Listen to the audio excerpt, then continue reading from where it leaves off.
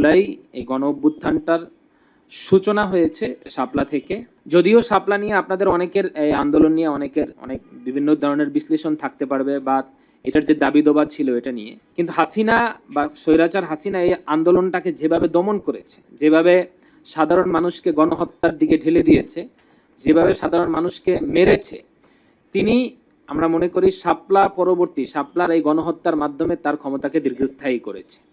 এটা একটা কারণ হলো তিনি এই আন্দোলনকে দেখিয়েছে যে দেশে মৌলবাদী বা জঙ্গিবাদীদের একটা উত্থান ঘটছে, এটার দমনের জন্য, এটার দমন নিপূরণের জন্য, এই জঙ্গিবাদ ঠেকানোর জন্য আমাকে প্রয়োজন।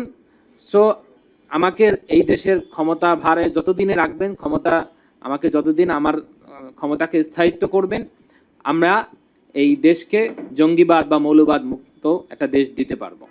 হাসিনা সবসময় দিল্লিকে এভাবেই আলেম ওলামাদের উপরে নির্যাতন করে, নিপীড়ন করে। শাপলা পরবর্তী আলেম ওলামাদেরকে প্রতিনিয়ত নির্যাতন নিপীড়ন করেছে এবং জেল জুলুম, সবসময় আলেমদেরকে জেল জুলুমের ভিতরে তিনি রেখেছেন। বিধর্মী বা হিন্দু বা যে কোনো সম্প্রদায়ের লোক হোক, এদেরকে নিরাপত্তা দেওয়া, এদেরকে স্বাধীনভাবে তার ধর্ম পালন করা, এটা আমাদের ধর্মীয় দায়িত্ব।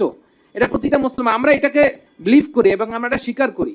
কিন্তু হাসিনা এই আলেমদেরকে যে এরা ধর্ম বিরোধী, এরা হিন্দুত্ববাদ বিরোধী বা হিন্দু বিরোধী, এইভাবে আখ্যা দিয়ে দিল্লিকে খুশি করে তিনি আলেম ওলামাদের উপরে দীর্ঘ 16 বছর নির্যাতন নিপীড়ন চালিয়েছে। আমরা সবসময় জুলুমের বিরুদ্ধে ছিলাম, আছি এবং থাকবো। আমরা আমাদের আফসোসের সাথে বলতে হচ্ছে এটা যে এই দেশে যারাই ক্ষমতা ভারে আসে, কেউ হয়তো দিল্লিকে খুশি করানোর জন্য এই দেশ পরিচালনা করে, কেউ হয়তো ওয়াশিংটনকে খুশি করানোর জন্য এই দেশ পরিচালনা করে। আমরা আলেমদের জায়গা থেকে বলতে চাই, এই দেশপ্রেম একমাত্র আমাদের ভিতরেই আছে। আমরাই এই বাংলাদেশকে লালন করি, প্রকৃত বাংলাদেশ গড়তে চাই। আমরা কোনো ওয়াশিংটন চাই না, দিল্লিও চাই না, পিন্ডিও চাই না, আমরা চাই বাংলাদেশ।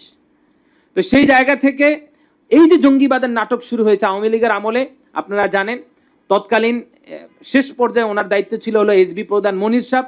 উনি এই কাউন্টার টেররিজম, অ্যান্টি টেররিজমের মাধ্যমে বিভিন্ন ধরনের ডোনেশন আনতো বাহির থেকে এনে, একটা জঙ্গিবাদন নাটক সাজিয়ে বাংলাদেশের ভিতরে জঙ্গিবাদের একটা প্রভাব বিস্তার করত। এবং এটা ঠেকানোর জন্য একমাত্র তিনি মনে করতেন একমাত্র খোদা এবং রব ছিল হাসিনা। আবারও নতুন করে এই নাটক যদি শুরু হয়, আমরা আলেম ওলামারা আবার বরদাস্ত করব না। জঙ্গিবাদ, বাংলাদেশে কোনো জঙ্গিবাদ নাই। যদি বাংলাদেশে জঙ্গি থাকে, সেটা হলো একমাত্র আওয়ামী লীগ, যারা এদেশের স্বাধীনতাকে বিশ্বাস করে না, এদেশের জনগণের অধিকারকে বিশ্বাস করে না, এদেশের মানুষের হককে, মানুষের অধিকার বা মানুষের বাক স্বাধীনতাকে বিশ্বাস করে না।